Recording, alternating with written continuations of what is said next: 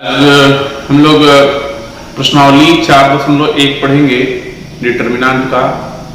और इसके पहले क्लास में हम लोग डिटर्मिनेंट की डिफिनीशन और उसके विस्तार करने के तरीके हम लोग पढ़ चुके हैं। अब हम लोग पढ़ेंगे उसी पर आधारित एक्सरसाइज जो दिया गया है प्रश्नावली 4.1 उसको पढ़ेंगे। जैसे जैसे हम लोग आगे बढ़ते जाएंगे वैसे वैसे थ्योरी और एक्सरसाइज हम लोग चलते चलेंगे। एक बार हम सारा थ्योरी नहीं लिखवाए हैं, तो जो पिछला क्लास में डिफिनीशन और उसके एक्सपेंशन का जो हम लोग रूल पढ़े थे सारणिक का, वही हम लोग प्रयोग करेंगे प्रश्नावली 4.1 में। तो प्रश्नावली 4.1 का पहला क्वेश्चन देखते हैं। मान लेते हैं कि a बराबर या डिटर्मिनेंट ऑफ a बराबर या डेल्टा बराबर लिख देते हैं। डेल्टा बराबर आपको दिया है 2 - 5 4 - 1। इसको हम लोग को विस्तार करना है। बोल रहा है क्वेश्चन में कि सारणिकों के मान ज्ञात कीजिए। मान ज्ञात करने का मतलब विस्तार करना, और हम लोग 2 × 2 ऑर्डर का सारणी का विस्तार कर चुके हैं। पहले हम लोग विकर्ण का गुणा करते हैं, माइनस करके फिर इसका गुणा लगा देते हैं। तो बराबर हम लोग क्या लिखेंगे, 2 × -1 माइनस, पहले विकर्ण का हम लोग गुणा कर लेंगे, फिर माइनस में इससे और इससे गुणा करेंगे, यानी कि -5 × 4 मिलेगा आपको, इक्वल टू हो जाएगा -2 - -+20। ठीक है, यानी कि 2 से -1 में गुणा होगा -2 और माइनस माइनस प्लस हो गया। 5 × 4 20 इक्वल टू कितना हो जाएगा 18। ठीक है, दूसरा क्वेश्चन, दूसरा का पहला, उसको भी डेल्टा बराबर लिख रहे हैं। cos theta sin theta minus sin theta और cos थीटा।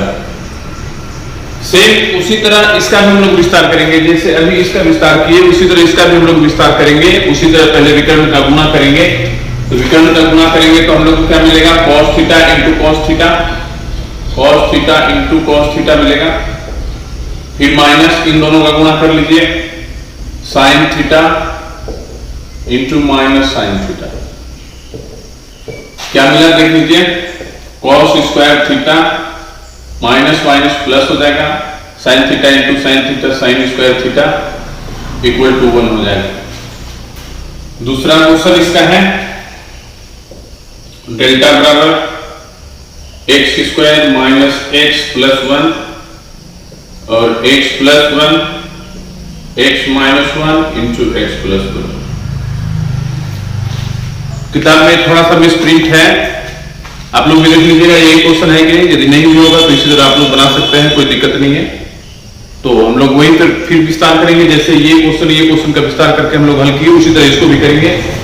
तो यहां पर हम लोग को देखिए, पहले विकर्ण का गुणा करेंगे इन दोनों का, तो मिलेगा x + 1 × x² - x + 1। फिर माइनस इन दोनों का गुणा करेंगे, x + 1 × x - 1।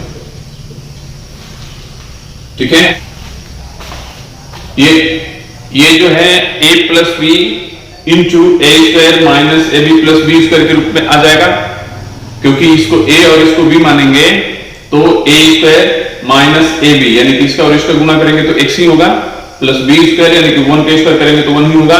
यानी ये किस चीज का सूत्र है, a³ + b³ का। तो हम यहां पर क्या लिखेंगे, x³ + 1 का cube minus a + b × a - b, x² - 1² या 1 हो जाएगा। क्या मिलेगा हमको, x³ + 1 - x² - -+ 1 इक्वल टू हमको मिल जाएगा x³ - x² + 2। यही आंसर होगा। तीसरा देखेंगे हम लोग, तीसरा नहीं है इसमें। अब है क्वेश्चन नंबर 3। क्वेश्चन नंबर 3 में a बराबर आपको दिया गया है आव्यूह में 1 4 2 2। तो इसमें सिद्ध करने को दिया है कि दिखाइए कि determinant of 2a = 4 × determinant of a। इसको हम लोग पहले थ्योरी में भी देख चुके हैं। चलिए सबसे पहले यहां पर हम लोग लिखेंगे 2a। 2a का मतलब a अवयव को रख देंगे यहां पर 1 4 2 2, इसमें 2 से हम लोग मल्टीप्लाई करेंगे सभी अवयव में, तो 2 8 4 4 हो जाएगा। हो गया। फिर इसके बाद हम लोग अब यहां पर लिखेंगे a का डिटरमिनेंट, इसका डिटरमिनेंट लिखेंगे 1 4 2 2, इसको पहले विकर्ण का गुणा करेंगे 1 इंटू 2 माइनस 4 इंटू 2, तो देखिए 2 माइनस 8 बराबर माइनस 6। उसके बाद हम लोग आगे बढ़ेंगे। अब हम लोग लिखेंगे LHS, डिटरमिनेंट ऑफ 2a।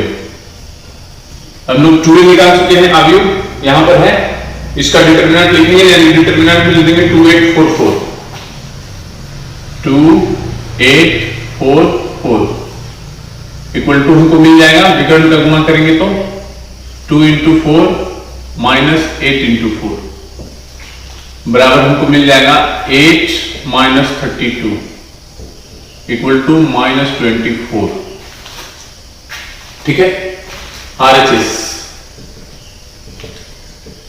हम लोग लिखेंगे 4 इंटू डिटरमिनेंट ऑफ A, तो 4 हो गया। डिटरमिनेंट ऑफ A हम लोग निकाले हैं यहां पर -6, तो हो गया -24। आप लोग देख रहे हैं कि LHS का जो वैल्यू आया है वो और RHS का जो वैल्यू आया है वो दोनों बराबर है, तो हम लोग लिख सकते हैं कि इसलिए LHS इक्वल टू RHS, यानी कि जो हम लोग को सिद्ध करने को दिया था वो हम लोग सिद्ध कर चुके हैं। क्वेश्चन नंबर 4 भी इसी प्रकार का है। देख लीजिए, A बराबर इसमें दिया है 3 इंटू 3 अगर में अपनी बार दिया है हमारा अवयव 1 0 0 0 1 0 और 1 2 4। इसमें हम लोग को बोल रहा है कि determinant of 3a equal to 27 into determinant of A। जो हम लोग सूत्र पढ़े थे, याद होगा आप लोग को, हम लोग नोट में एक सूत्र पढ़े थे कि A बराबर KB, तो डिटरमिनेंट ऑफ A बराबर K to the power n into determinant of B। वही सूत्र का प्रयोग हम लोग यहां पर करेंगे। तो सबसे पहले हम लोग यहां पर लिख लेंगे 3a, यानी कि हम लोग अवयव A में 3 से गुणा कर लेंगे 1 0 0 0 1 0 1 2 4। 3 से हम लोग मल्टीप्लाई करेंगे इसमें, तो 3 0 0 हो जाएगा, 0 3 0 होगा और 3 6 12 होगा। ठीक है। फिर हम लोग लिखेंगे A का डिटरमिनेंट। चलिए A का डिटरमिनेंट लिख लीजिए 1 0 0 0 1 0 1 2 4।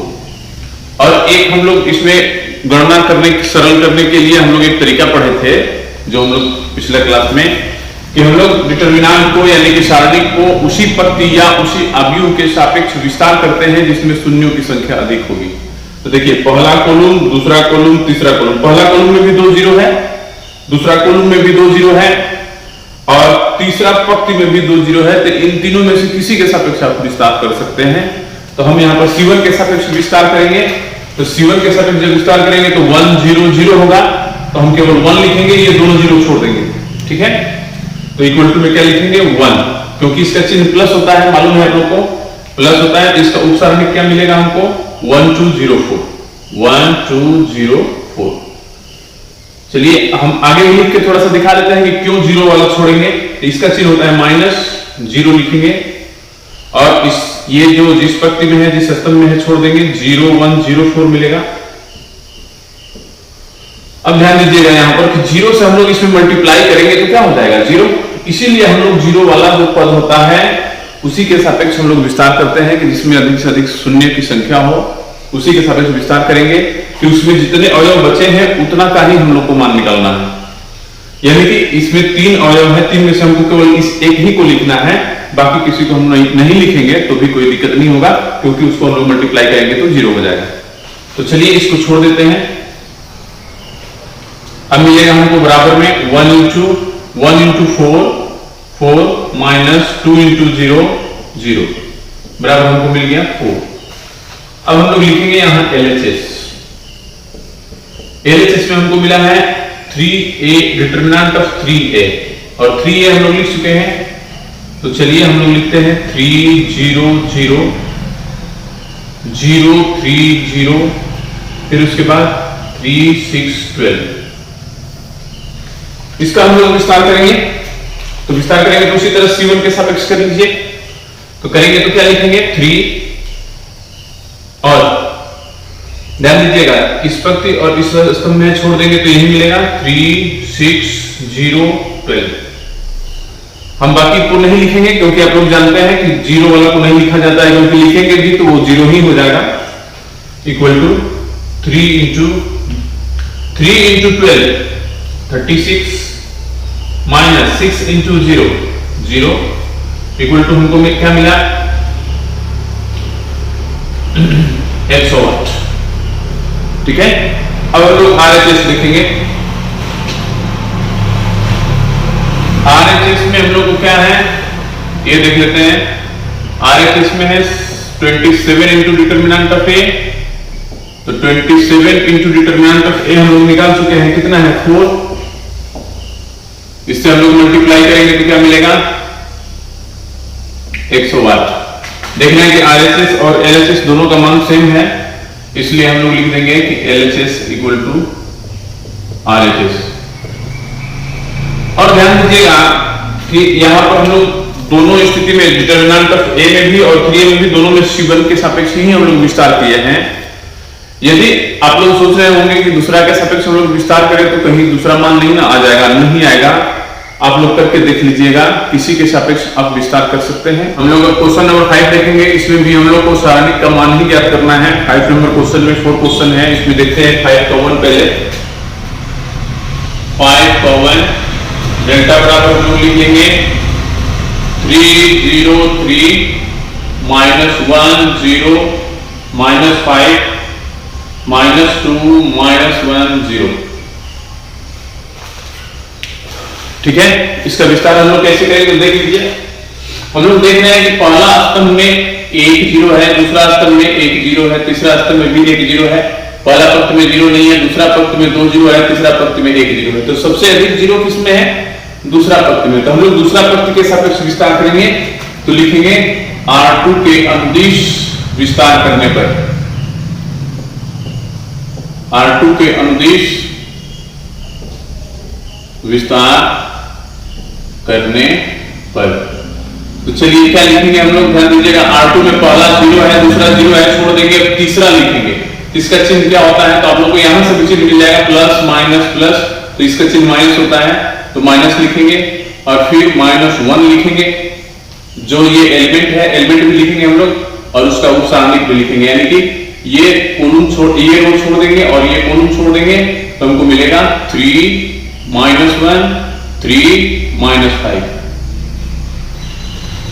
देख लीजिएगा, हम लोग गणना को सरल करने के लिए, सारणी को विस्तार करने के लिए हम लोग उसी पंक्ति या उसी स्तंभ के सापेक्ष विस्तार करते हैं जिसमें शून्यों की संख्या अधिक होती है। क्यों कि जितने शून्य होंगे उतना पद हमको नहीं लिखना है, क्योंकि शून्य से हम लोग गुणा करेंगे तो वो शून्य हो जाता है। ठीक है, आप लोग देखिए यहां पर हम R2 के अनुदिश विस्तार कर रहे हैं, आप R1 के अनुदिश विस्तार करके देख लीजिएगा, जितना इसका मान आएगा उतना ही उसका भी मान आएगा, मान में कोई परिवर्तन नहीं होगा। इसलिए आप लोग ध्यान रखिएगा कि इसमें कोई दिक्कत नहीं आने वाली है। अब आगे हम लोग चलते हैं, -1 से 1 माइनस से -1 में गुणा करेंगे तो 1 हो जाएगा। इसका मल्टीप्लाई करेंगे पहले विकर्ण का तो -15 हो जाएगा, और फिर माइनस में हम लोग लिखेंगे 3 × -1 -3, तो हमको मिलेगा -15 + 3 इक्वल टू मिल जाएगा -12। दूसरा क्वेश्चन इसका, डेल्टा बराबर 3 1 2 -4 1 3 5 -2 1। इसमें हम लोग देख रहे हैं कि एक भी शून्य नहीं है, इसमें एक भी शून्य नहीं है, तो हम लोग किसी पंक्ति और किसी स्तंभ के सापेक्ष विस्तार कर सकते हैं।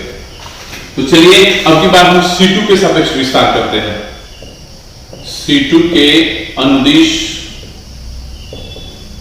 विस्तार करने पर विस्तार करने पर। चलिए, तो C2 का जो पहला अवयव है -4 है, लिख लेंगे पहले। दूसरा अवयव 1 है और तीसरा अवयव 3 है। तो हम लोग जानते हैं कि इसका चिन्ह क्या होता है C2 का। यहां से स्टार्ट कीजिए, प्लस माइनस, माइनस होगा तो माइनस लिख देंगे। फिर उसके बाद इसका चिन्ह क्या होता है, माइनस के बाद क्या आता है, प्लस, तो प्लस चिन्ह लगा देंगे। इसका चिन्ह होता है माइनस, तो माइनस लगा देंगे। फिर उसके बाद हमको ये सारणिक भर लेना है।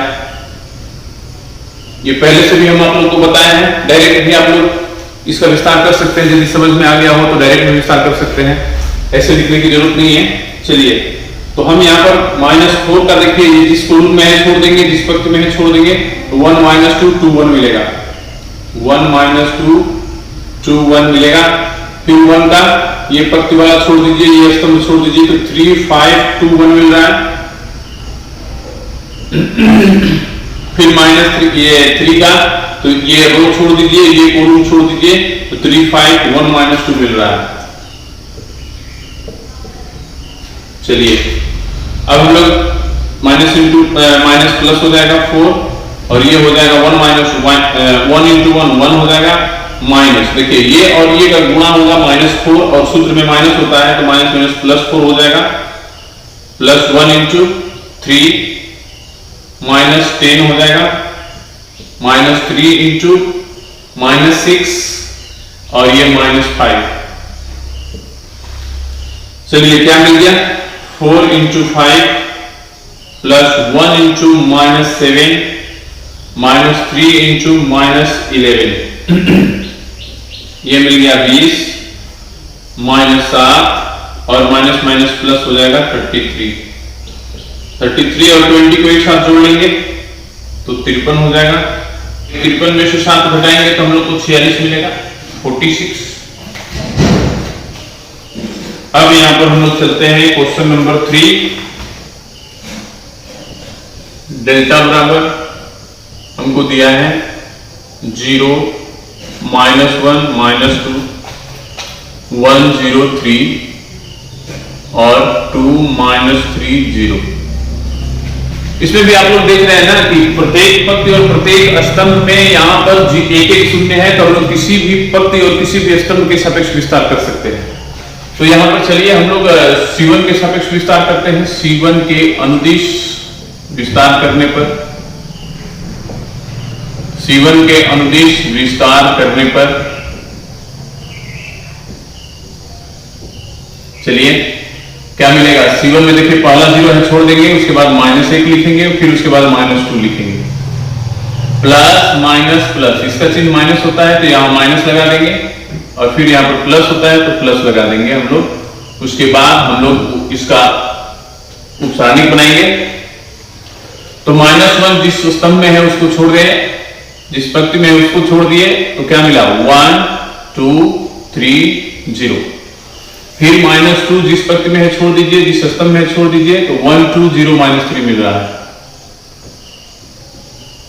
तो यहां पर हम लोग क्या हो जाएगा 1, और इसका पहले विकर्ण का गुणा करेंगे 0 -6 प्लस माइनस -2 हो जाएगा, ये हो जाएगा -3 और ये हो जाएगा 0। तो क्या मिलेगा देखिए 1 इंटू -6 -2 इंटू -3 इक्वल टू, ये हो जाएगा -6 और ये हो जाएगा +6 इक्वल टू 0। यानी कि इसका मान हमको 0 मिला। 4 नंबर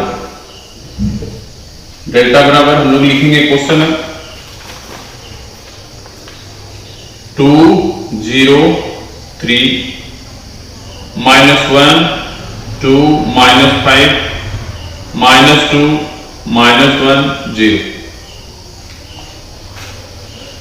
चलिए फिर क्वेश्चन देख लेंगे हम लोग, क्वेश्चन ठीक है। चलिए इसके बाद हम लोग देखते हैं कि इसमें C1 और C3 में एक 0 है, R2 और R3 में भी एक 0 है, तो हम लोग किसी के सापेक्ष विस्तार कर सकते हैं। तो चलिए R3 के सापेक्ष विस्तार करते हैं। R3 के अनुदिश विस्तार करने पर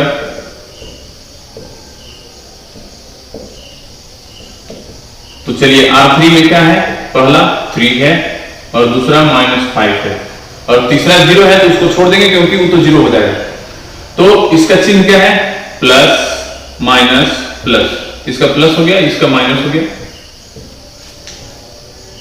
चलिए अब हम लोग भर लेते हैं इसको। तो 3 देखिए इस कॉलम में है, छोड़ देंगे, इस रो में है, छोड़ देंगे, क्या मिला? -1 -2 2 -1। फिर -5 इस रो में है, इस कॉलम में है, छोड़ देंगे, तो 2 -2 0 -1 मिल रहा है। 2 -2 0 -1 इक्वल टू 3 इंटू, देखिए क्या मिला? -1 इंटू -1 1 हो जाएगा। फिर सूत्र में माइनस होता है, माइनस लिखेंगे हम लोग। 2 इंटू 2 कितना हो जाएगा? -4। फिर देखिए माइनस माइनस प्लस, यहां पर मिला -2 और यहां पर मिला 0। क्या हो गया? 1 + 4 हो गया ये, +5 इंटू -2 हो गया ये। 3 इंटू 5 -10 हो जाएगा, यानी 15 - 10 इक्वल टू 5। अब हम लोग देखते हैं क्वेश्चन नंबर 6 में एक सारणी दिया है 1 2 5 1 1 4 -2 -3 -9। हमको यहां पर डिटरमिनेंट ऑफ ए निकालना है, यानी कि इसका विस्तार करना है। तो इसमें देख रहे हैं कि एक भी शून्य नहीं है किसी भी पक्ति और किसी भी स्तंभ में, तो हम लोग किसी भी पक्ति और किसी भी स्तंभ के सापेक्ष विस्तार कर सकते हैं।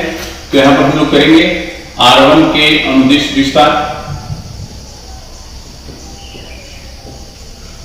R1 के अनुदिश विस्तार करने पर तो चलिए क्या मिलेगा हमको? देखिए R1 क्या है मेरा? 1 है पहला, इसका चिन्ह प्लस है तो प्लस लिखे। ये इस स्तंभ में है, इस पंक्ति में है, छोड़ देंगे, क्या मिलेगा? 1 -3 4 -9। फिर चलिए अगला R1 के सापेक्ष हम विस्तार कर रहे हैं तो इसको लेंगे, इसका चिन्ह होता है -1। फिर चलिए ये कॉलम छोड़ दीजिए, ये पंक्ति छोड़ दीजिए, 2 -3 5 -9 2 -3 5 -9। फिर उसके बाद अगला है -2, उसका चिन्ह प्लस होगा तो -2 लिख देंगे। फिर उसके बाद इस कॉलम को छोड़ देंगे, इस रो को छोड़ेंगे, क्या मिलेगा? 2 1 5 4 मिलेगा। उसके बाद हम लोग यहाँ पर लिखेंगे 1 इंटू, ये हम लोग गुणा करेंगे पहले विकर्ण का तो -9 हो जाएगा, और फिर उसके बाद इसका गुणा करेंगे तो -12 हो जाएगा। ठीक है, फिर -1, ये गुणा करेंगे तो -18 होगा, और इसको हम लोग गुणा करेंगे तो -15 होगा। फिर प्लस माइनस माइनस, ये हो जाएगा 8 और ये हो जाएगा 5। चलिए क्या मिला?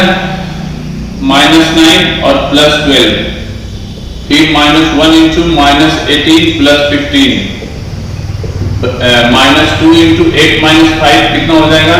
3। चलिए 1 छोड़ देंगे, 12 से 9 जाएगा तो क्या होगा? 3। -1 इंटू कितना मिलेगा यहां पर? -18 + 15 -3 मिल जाएगा, और वो 6 हो गया, तो हमको मिला 3 + 3 -6 = 0। ठीक है, यहां पर हम लोग को एक 0 मिल गया। इसका answer question number 7। Question number 7 का फर्स्ट देखिए, x का मान निकालना है हमको इसमें। तो सारणी दिया है 2 4 5 1 = दिया है 2x 4, फिर उसके बाद 6x। इसमें ये ध्यान देना है कि दोनों सारणी इक्वल तो है, लेकिन ये नहीं अभी जैसा नहीं होगा कि 2x बराबर हम यहाँ पर 2 लिख देंगे, अभी जैसा नहीं होगा, ये ध्यान रखिएगा। इसका हम लोग विस्तार करेंगे, इसका भी विस्तार करेंगे, उससे जो x का मान आएगा वही हमारा आंसर होगा। चलिए तो सबसे पहले LHS का हम लोग विस्तार करते हैं, तो क्या मिलेगा?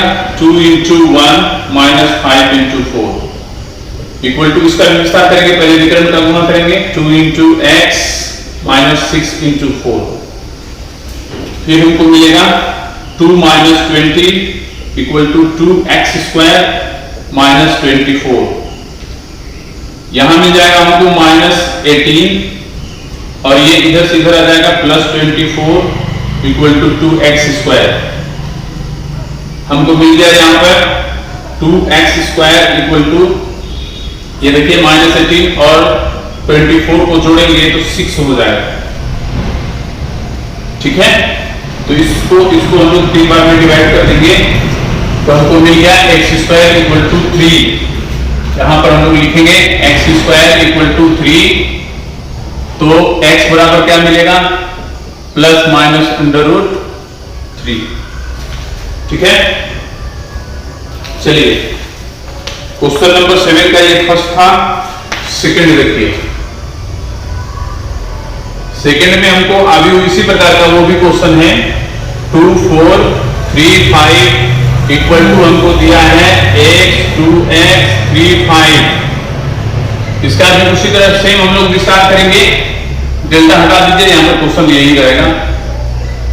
चलिए 5 × 2 10, 4 × 3 12 equal to x × 5 5x -3 × 2 x 6x। तो ये मिल गया इधर -2 और इधर मिल गया -x, इसलिए x बराबर हो गया 2। यही आपका आंसर होगा। क्वेश्चन नंबर 8, क्वेश्चन नंबर 8 भी यही है।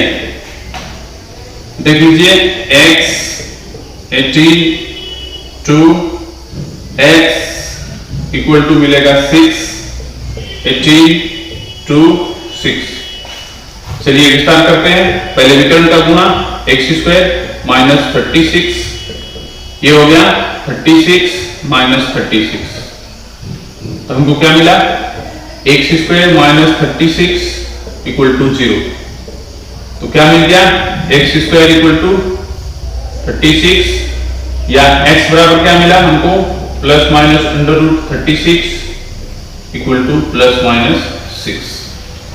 यहाँ पर ध्यान देना है। तो आपका ऑप्शन हम लोग सारणिकों के गुणधर्म यानी कि प्रॉपर्टी जब डिटरमिनेंट भी देख लेते हैं, इसमें 6 प्रॉपर्टीज है इसका, जो कि क्वेश्चन हल करने में आगे हम लोग का सहायक सिद्ध होगा। इसी के अनुसार हम लोग क्वेश्चन हल करेंगे।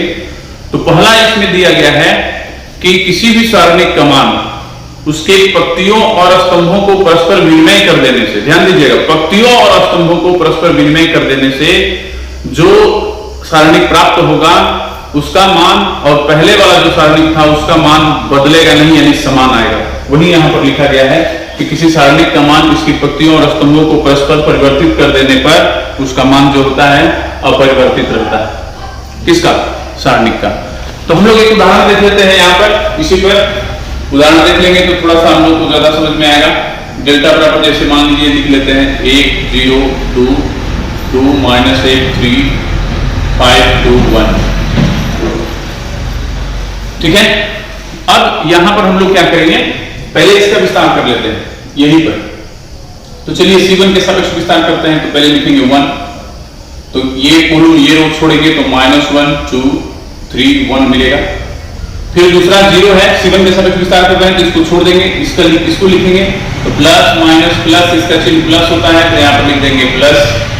और फिर ये रो और ये कॉलम छोड़ देंगे तो हमको मिलेगा 2 5 -1 2। हम लोग इसको विस्तार करेंगे तो हमको ये मिलेगा -1 और -6 प्लस 2 × मिलेगा 4 माइनस, फिर -1 × 5 में गुणा करेंगे तो -5 इक्वल टू, देखिए हमको क्या मिला -7 plus 2 × 4 plus 5 equal to -7 plus 2 × 9 equal to -7 plus 18 equal to हमको मिल गया 11। यानी कि बिना परिवर्तित किए अभी हम लोग सारणिक का मान निकाले तो 11 मिला। अब हम लोग परिवर्तित करेंगे, यानी कि एक तरह से अवयव के हिसाब से परिवर्त कर देंगे। तो चलिए परिवर्त करते हैं। तो यहां पर लिखते हैं कि चूंकि पंक्तियों और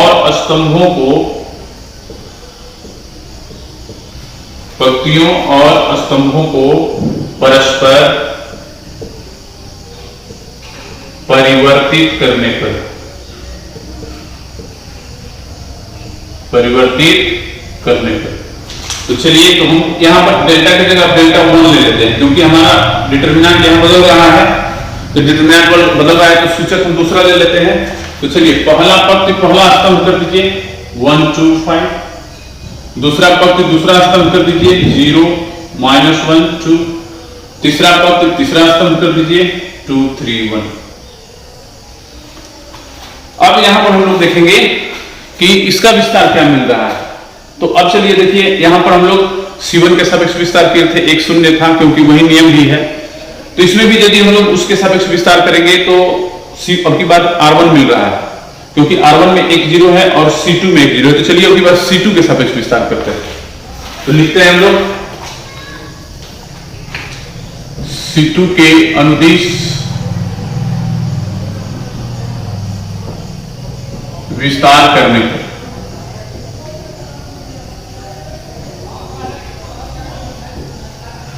चलिए, C2 क्या है आपका देख लीजिए।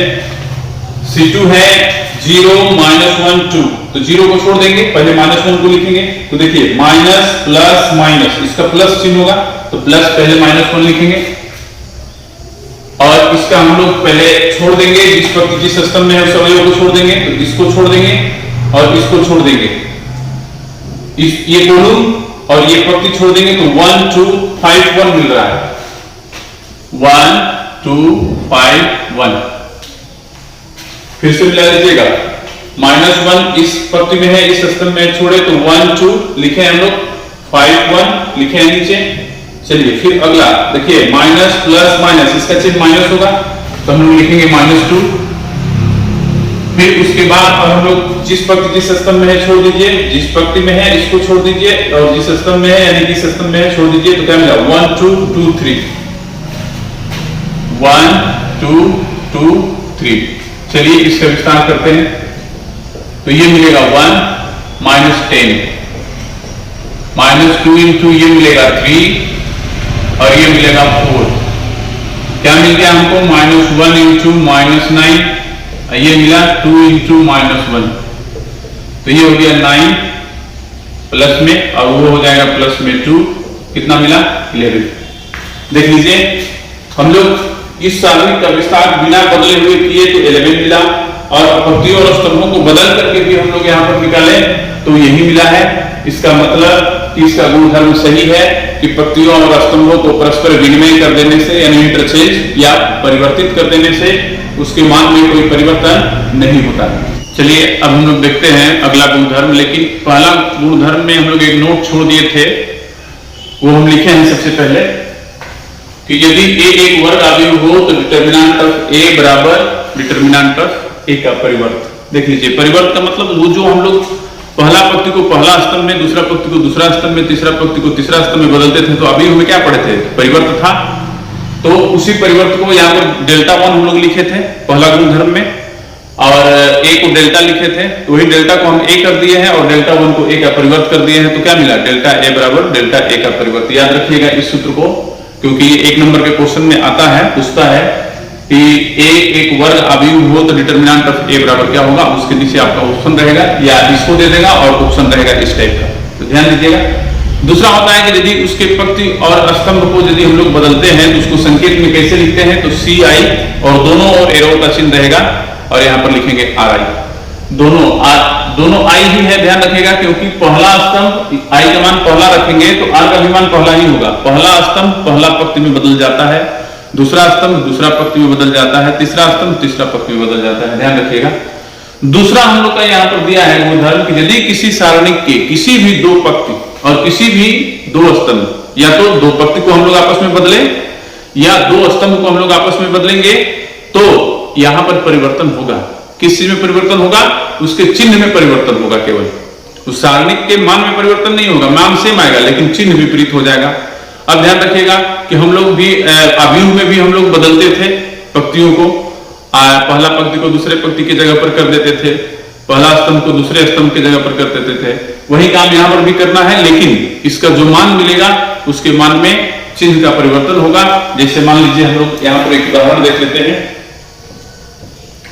मान लीजिए डेल्टा बराबर हम दिए हैं आपको 1 3 -1 2 0 3 5 0 0। जैसे मान लीजिए एक उदाहरण हम ले लिए हैं अपने मन से, एक उदाहरण ले लिया है बताने के लिए कि ये गुणधर्म के अनुसार सही हो रहा है कि गलत हो रहा है। तो हम लोग इसमें देखते हैं कि पहला स्तंभ, दूसरा स्तंभ, तीसरा स्तंभ हम लोग किसी के सापेक्ष विस्तार करते हैं। जीरो नहीं देखेंगे यहाँ पर, क्योंकि यदि जीरो देखिएगा तो फिर तो हमको विस्तार करना पड़ेगा C3 के सापेक्ष या हमको R2 के सापेक्ष विस्तार करना पड़ेगा। तो चलिए कहीं भी विस्तार कीजिए आप, जीरो भी आप लोग देख करके गुणधर्म का प्रयोग करते हैं तो कर सकते हैं। तो चलिए C3 के अनुदिश विस्तार कर रहे हैं। C3 के अनुदिश विस्तार करने पर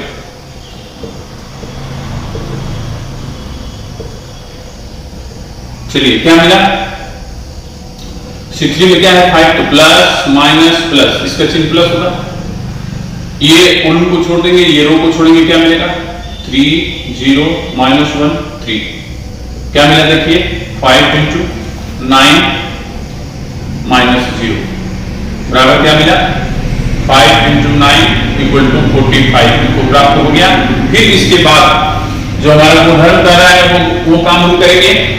यहाँ पर बोल रहा है किसी भी दो पंक्ति या दो स्तंभ को बदल दीजिए, तो यहाँ पर हम लोग लिखेंगे कि फिर R1 और R2 को परस्पर बदलने पर, तो यहां पर भी हम लोग संकेत डेल्टा की जगह डेल्टा 1 कर देंगे, ध्यान रखिएगा। इसमें हम बदलेंगे, ठीक है। तो हमको R1 R2 को बदलना है, तो इसको यहां कर देंगे और इसको यहां कर देंगे। तो पहले R1 लिख लीजिए, आपका मिल गया 3 0 0 और R1 जो है वो R2 हो जाएगा, यानी कि 1 2 5। फिर उसके बाद R3 उसी तरह रहेगा -1 3 0। देख लीजिए यहां पर R1 और R2 को हम लोग बदल चुके हैं। R1 जो है आपका R2 हो चुका है, R2 जो है वो R1 हो चुका है, देख लीजिए। अब हम लोग विस्तार करेंगे, फिर उसी तरह चलिए C3 के सापेक्ष विस्तार करते हैं। तो C3 के अनुदिश विस्तार करने पर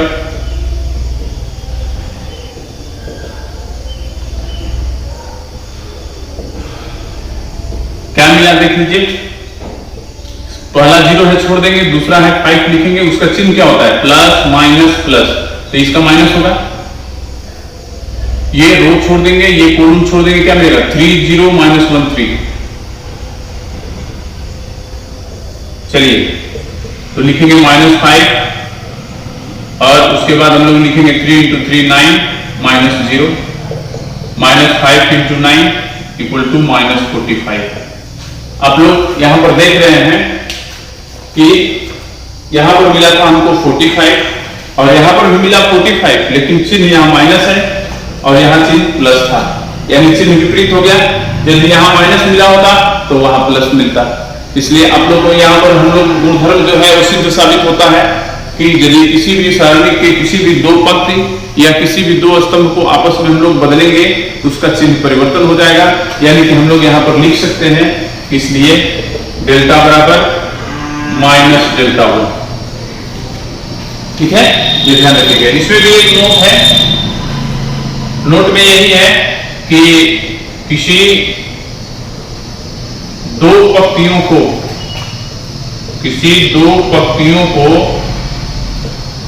परस्पर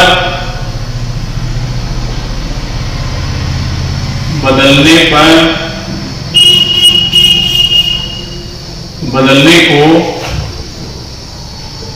RI RJ और दो स्तंभों को बदलने को CI CJ से सूचित किया जाता है। यहां पर हमको ये प्राप्त हो जाएगा, सूचित किया जाता है। अब यहां पर ध्यान दीजिएगा आप लोग कि इस संकेत को हम लोग यहां पर भी प्रयोग कर सकते थे। यहां पर हम लोग लिखे हैं ना R1 और R2 को परस्पर बदलने पर, यहां पर R1 दोनों एरो का चिन्ह, R2 को परस्पर बदलने पर हम लोग लिख सकते थे। चलिए हम लोग देखते हैं गुणधर्म नंबर 3। इसमें दिया है कि यदि एक सारणी के कोई दो पंक्तियां या स्तंभ के सभी अवयव समान हो तो सारणिक का मान शून्य हो जाता है। जैसे हम लोग यहाँ पर एक सारणिक हम लोग देखेंगे, डेल्टा बराबर हमको दिया है जैसे 1 2 3 2, यहाँ पर कर दीजिए 3 5 6 और यहाँ पर फिर कर दीजिए 1 2 3। इसमें हम लोग देख रहे हैं कि C1 और C3 दिखाई दे रहा है आप लोग को। C1 और C3 के दोनों अवयव समान है, यानी 1 2 3 ये भी है, ये भी 1 2 3 है। इस स्थिति में सारणिक का मान शून्य होगा। किसी भी दो स्तंभ, यहाँ पर दो स्तंभ हो सकता है कि दो पंक्ति भी हम लोग को बराबर मिले, तो उस स्थिति में सारणिक का मान शून्य होगा। इसको हम लोग विस्तार करेंगे। जैसे मान लीजिए कि C1 के सापेक्ष हम लोग विस्तार कर रहे हैं, तो लिखेंगे कि C1 के अनुदिश विस्तार करने पर, C1 के अनुदिश विस्तार करने पर हमको क्या प्राप्त होगा, इक्वल टू में 1, इसका चिन्ह प्लस होता है, इसको छोड़ देंगे, क्या मिलेगा 5 2 6 3।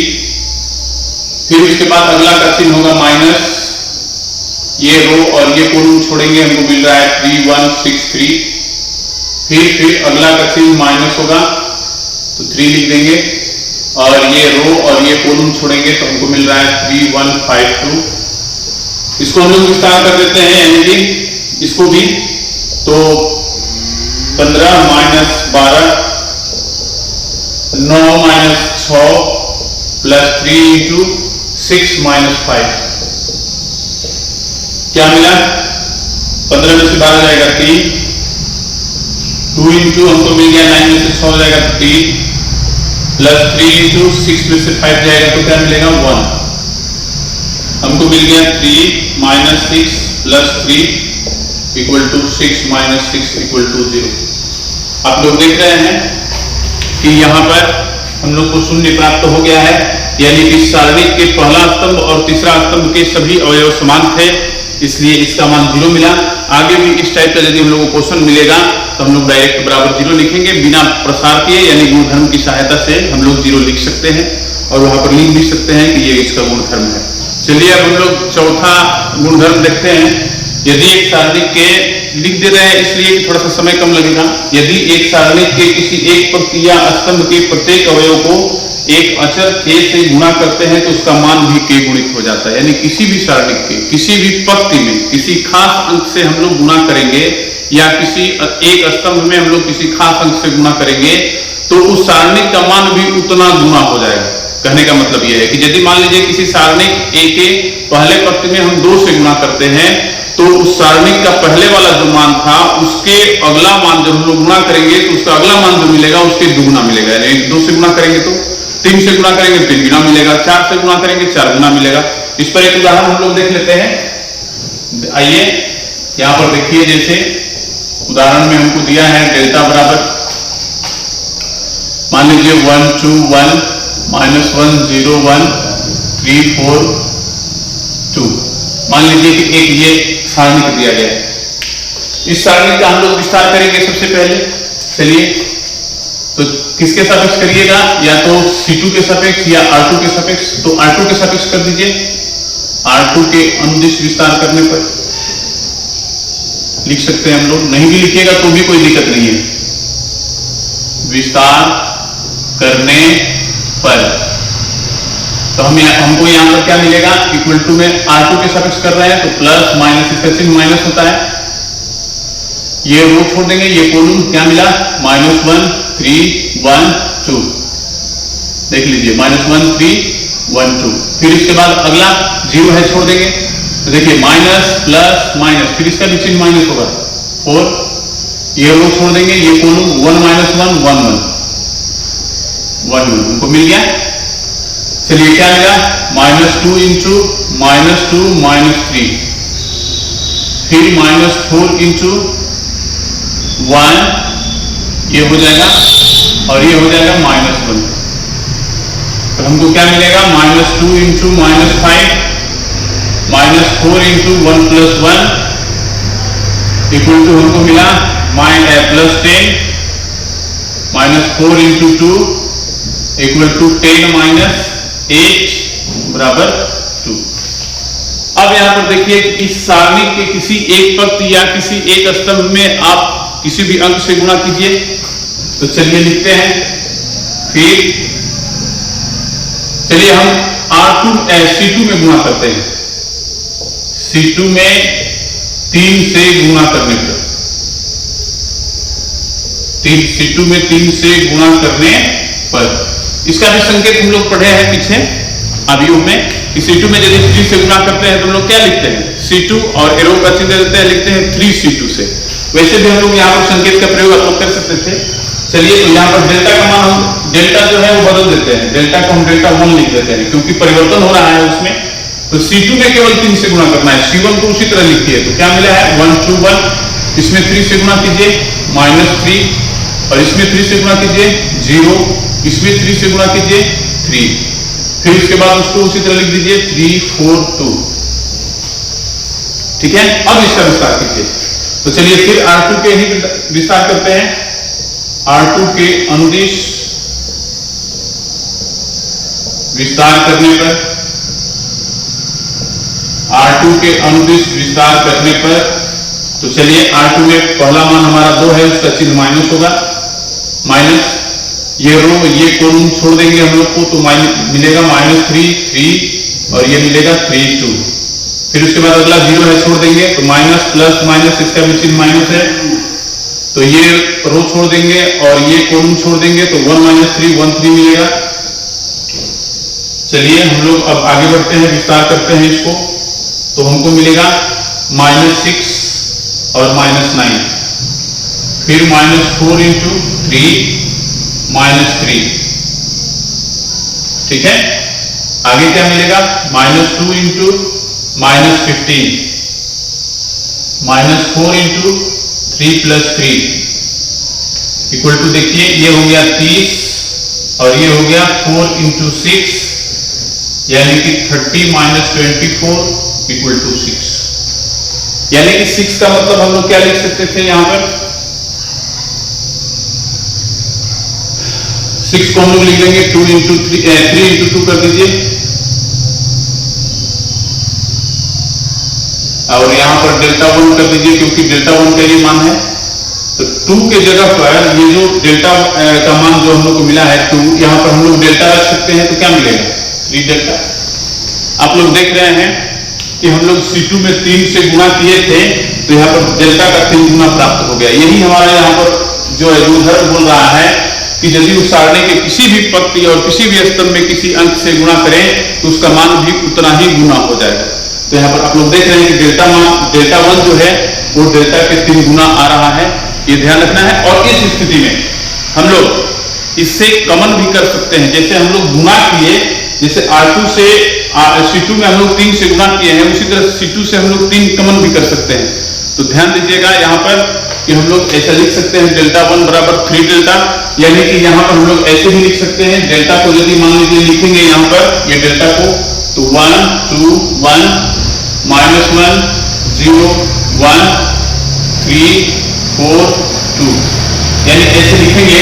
तो देख लीजिए क्या लग रहा है कि इसमें से हम लोग 3 कमन कर चुके हैं, 3 से गुणा करेंगे, या हम लोग कहेंगे कि इस सारणी के ये जो सारणी है इसके जो C2 से हम लोग 3 कमन किए तो यहाँ कितना मिल गया। तो ध्यान दीजिएगा, हम लोग सारणी के किसी भी पंक्ति से कुछ कमन अंक मिलेगा तो उसको हम लोग कमन कर सकते हैं, या किसी स्तंभ से, यानी एक भी पंक्ति से करना है कमन तो कर सकते हैं, और एक भी स्तंभ से कमन मिल रहा है तो हम लोग कमन निकाल करके बाहर लिख सकते हैं। इसलिए ध्यान रखना है कि यहाँ पर इस नोट को हम लोग लिखेंगे इसके नीचे। ध्यान दीजिए, यहाँ पर हम लोग नोट पे पहला लिखे, अभी हम लोग बताए भी कि किसी पंक्ति या किसी स्तंभ से सार्वभौमिक गुणनखंड बाहर कर सकते हैं। इसका मतलब ये हुआ कि उसमें जो सार्वभौमिक का मतलब आप लोग समझ रहे हैं कि जो सगमें उभयनिष्ठ यानी कि कमन जो होगा उसको हम लोग कर सकते हैं। जैसे देख लीजिए एक उदाहरण भी दिखा देते हैं आपको। यहाँ पर डेल्टा बराबर हम लोग लिख रहे हैं 1 1 2 3 4 5 6, और यहाँ पर हम लोग लिख देते हैं 3 6 9।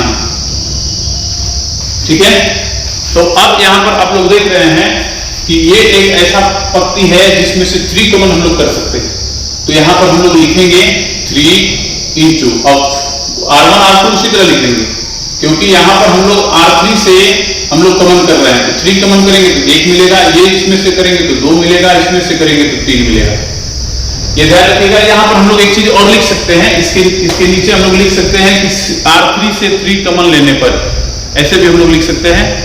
चलिए इसका दूसरा नोट है, देख लीजिए कि यदि एक सारणी के किन्हीं दो पंक्तियों या स्तंभों के संगत अवयव समानुपाती हो तो सारणी का मान शून्य होगा। इसको भी हम लोग देख लेते हैं उदाहरण के तौर पे। जैसे मान लीजिए डेल्टा में हम लोग लिखे हैं 1 2 3 4 5 6 7 8 9। तो यहां पर हम लोग क्या करेंगे, किसी भी दो पंक्ति या किसी भी दो स्तंभ को अपने मन से जब लेना है तो बराबर कर लीजिए। तो चलिए इसको हम कर देते हैं 2 और इसको कर देते हैं 3। अब यहां पर देखिए पहला स्तंभ और तीसरा स्तंभ समानुपाती है। कैसे समानुपाती है, तो पहला का संगत अवयव ये होगा 1/3, दूसरा का संगत अवयव ये होगा 2/6, तीसरा का संगत अवयव ये होगा 3/9। और ये देखिए सब बराबर है, क्योंकि 2 से 3 को डिवाइड करेंगे 3 बार में होगा 1/3 हो जाएगा, 3 से 9 को डिवाइड करेंगे 1/3 हो जाएगा। यानी कि इसी के बारे में बोल रहा है कि किसी भी सारणी के दो पंक्ति या स्तंभ के संगत अवयव समानुपाती हो, यानी समान अनुपात में हो, तो उस सारणी का मान शून्य होता है। इसको भी हम लोग देख लेंगे यहाँ पर, ठीक है। इसको हम लोग विस्तार करते हैं। तो चलिए किसी के भी सापेक्ष विस्तार कर लीजिए। R1 के सापेक्ष विस्तार कीजिए, तो लिखेंगे R1 के अनुदिश विस्तार करने पर, R1 के अनुदिश विस्तार करने पर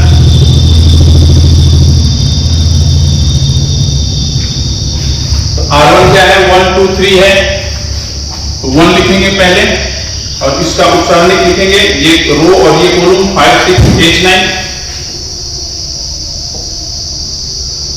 फिर उसके बाद हम लोग अगला लिखेंगे 2, इसका चिन्ह माइनस होगा, ये कॉलम और ये रो छोड़ दीजिए 2 6 3 9। फिर अगला हम लोग लिखेंगे, तो ये कॉलम और ये रो छोड़ दीजिए 2 5 3 8।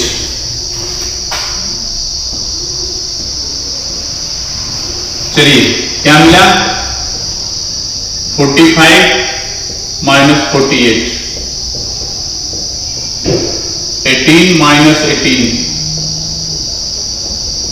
16 और माइनस 15 क्या मिल गया, देखिए 45 में से 48 जाएगा तो क्या होगा, -3, -2 into 0 plus 3 into 1, -3 -0 plus 3 equal to 0 मिल गया। तो आप लोग देख सकते हैं कि इसका भी मान शून्य होगा। यानी आगे भी क्वेश्चन में हम लोग ऐसा देखेंगे, ऐसा सारणी में हम लोग देखेंगे कि यदि किसी भी पंक्ति या किसी भी स्तंभ के संगत अवयव समानुपाती हो तो उसको हम लोग डायरेक्ट 0 लिख सकते हैं। या हम लोग एक काम और करेंगे, जैसे मान लीजिए ऐसा दिया है तो अभी इस गुणधर्म में हम लोग पढ़ेंगे कमन कर सकते हैं, उसी तरह से C3 से हम लोग 3 कमन कर लेंगे तो ये कॉलम और ये कॉलम बराबर हो जाएगा। और हम लोग पढ़े हैं कि किसी भी इसके पीछे वाले गुणधर्म में पढ़े हैं किसी भी सारणी के दो स्तंभ या दो पंक्ति के संगत अवयव समान हो तो उसका मान 0 होता है, उसका हम लोग प्रयोग कर लेंगे। ऐसे भी हो सकता है।